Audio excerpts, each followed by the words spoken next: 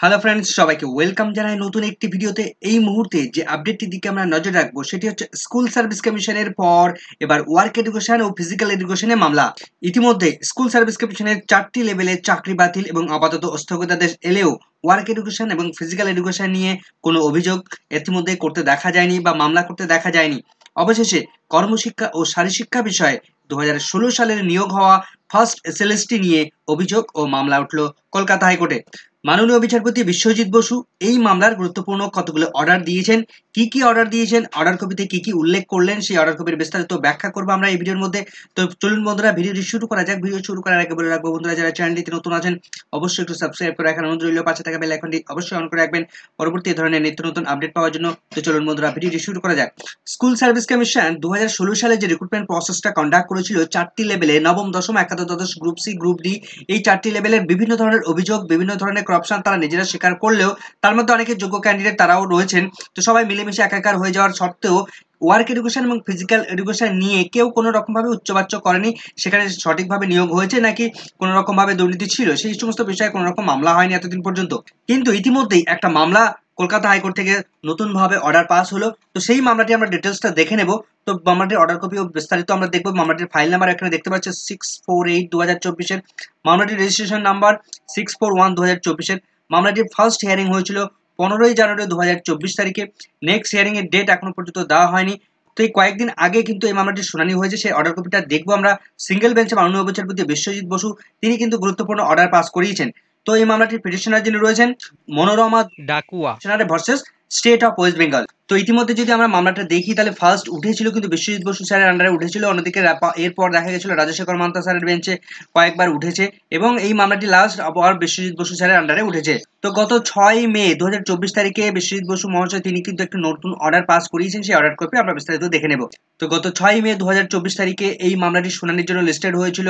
Item number ছিল 22 number আইটেমে, court number 18তে মাননীয় বিচারপতি বিশ্বজিৎ বসু তিনি শুনানি করেছেন। তো কলকাতা হাইকোর্ট থেকে এই অর্ডারটি পাস হয়েছে। তো মামলাটির রিপিটিশন নাম্বার আমরা দেখতে পাচ্ছি 641/2024।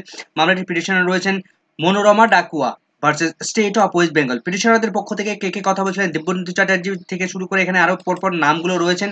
এবং রেসপন্ডেন্টের পক্ষ থেকে কারা কারা রয়েছেন, অর্থাৎ স্কুল সার্ভিস কমিশনের পক্ষ থেকে সুতনু পাত্র উনি কথা বলছিলেন। West Bengal board of secondary এডুকেশনের পক্ষ থেকে বিবেক দত্ত কথা বলছিলেন। তো অর্ডারের মূল বক্তব্যে আমরা চলে এসেছি। মিস্টার চ্যাটার্জি অর্থাৎ পিটিশনারদের পক্ষ থেকে কথা বলছিলেন দিব্যেন্দু চ্যাটার্জি। তার কথা বলা হচ্ছে, learned advocate for the petitioners file acknowledgement making good of the deficit court fees, the affidavit of service, let those documents be kept with the record। অর্থাৎ পিটিশনারদের পক্ষ থেকে দিব্যেন্দু চ্যাটার্জি তাকে কোর্ট ফিটা সাবমিট করার নির্দেশ দিলেন এবং অন্যান্য যে সমস্ত ডকুমেন্টসগুলো রয়েছে সেগুলো কোর্টের কাছে জমা দেওয়ার জন্য নির্দেশ দিচ্ছেন এবং সেগুলো কোর্ট রেকর্ড হিসেবে গ্রহণ করবে।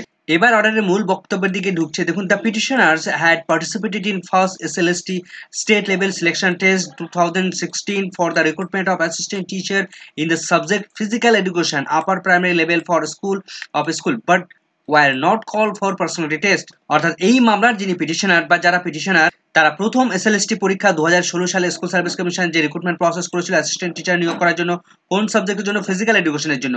তো সেখানে সে অ্যাপিয়ার করেছিল, সেখানে সেই পরীক্ষায় বসেছিল, কিন্তু এই ক্যান্ডিডেটকে তারা পার্সোনালিটি টেস্টের জন্য অর্থাৎ ইন্টারভিউর জন্য কোনো রকম ভাবে কল করেনি। The petitioners are alleging that the score of the last candidate under their category called for personality test had scored less marks than the petitioners। অর্থাৎ এই যে মামলার পিটিশনার তারা অভিযোগ নিয়ে আসছে যে 2016 সালে স্কুল সার্ভিস কমিশন তারা যে রিক্রুটমেন্ট প্রসেসটা কন্ডাক্ট করেছিল সেখানে লাস্ট যে ক্যান্ডিডেট ছিল ফিজিক্যাল এডুকেশনে তার যে টোটাল স্কোর ছিল সেই টোটাল স্কোরের থেকে এই পিটিশনার যারা রয়েছেন তাদের মার্কস অনেকটা বেশি রয়েছে, তাদের স্কোর অনেকটা বেশি রয়েছে, অথচ তারা পার্সোনালিটি টেস্টের জন্য ডাক পাননি, অর্থাৎ তারা ইন্টারভিউর জন্য কল পাননি। The petitioners are praying a chance to participate in the said personality test। এই পিটিশনাররা তারা চেয়েছে, আবেদন করেছে কোর্টের কাছে যাতে করে তাদের পার্সোনালিটি টেস্ট ডাকা হয়, পার্সোনালিটি টেস্ট তাদেরকে কন্ডাক্ট করা হয় বা ইন্টারভিউ তাদেরকে নেওয়া হয়।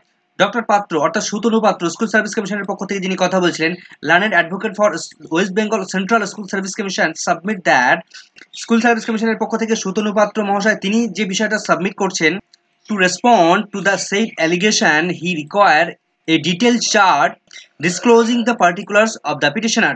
অর্থাৎ সুতনু পাত্র মহাশয় তিনি চান যে এই যে সমস্ত পিটিশনার যারা রয়েছেন তাদের যে ডিটেলস, তারা কি করেছিল না কি করেছিল, তাদের কত কি মার্কস ছিল, তার একটা চার্ট বা তার একটা যে লিস্ট সেটা কিন্তু রেডি করে তারপরে কিন্তু তিনি আসতে পারবেন বা কলকাতা হাইকোর্টে সাবমিট করতে পারবেন। এর জন্য তিনি কিন্তু এই সমস্ত পিটিশনারদের টোটাল কিসে কত মার্কস পেয়েছিলেন, টোটাল স্কোর কত কি ছিল তার একটা চার্ট তৈরি করবেন বা একটা টেবিল তৈরি করবেন। সেই টেবিলটা পরবর্তী দিন তাকে করতে হবে। মিস্টার চ্যাটার্জি অর্থাৎ দিব্যেন্দু চ্যাটার্জি পিটিশনারদের পক্ষ থেকে তিনি কথা বলছিলেন, undertakes to supply such chart to doctor Sutanu Patra within a week from the date. অর্থাৎ যে চার্টের কথা বলা হচ্ছে সেই চার্টটি পিটিশনারদের পক্ষ থেকে দিব্যেন্দু চ্যাটার্জি মহাশয় তিনি সাবমিট করবেন, তিনি জমা করবেন কাকে, তিনি দেবেন সুতনু পাত্র মহাশয়কে। আগামী 1 সপ্তাহের মধ্যে সেই পিটিশনারদের ডিটেল চার্ট তিনি সাবমিট করবেন বা এই সাপ্লাই করবেন সুতনু পাত্র মহাশয়কে।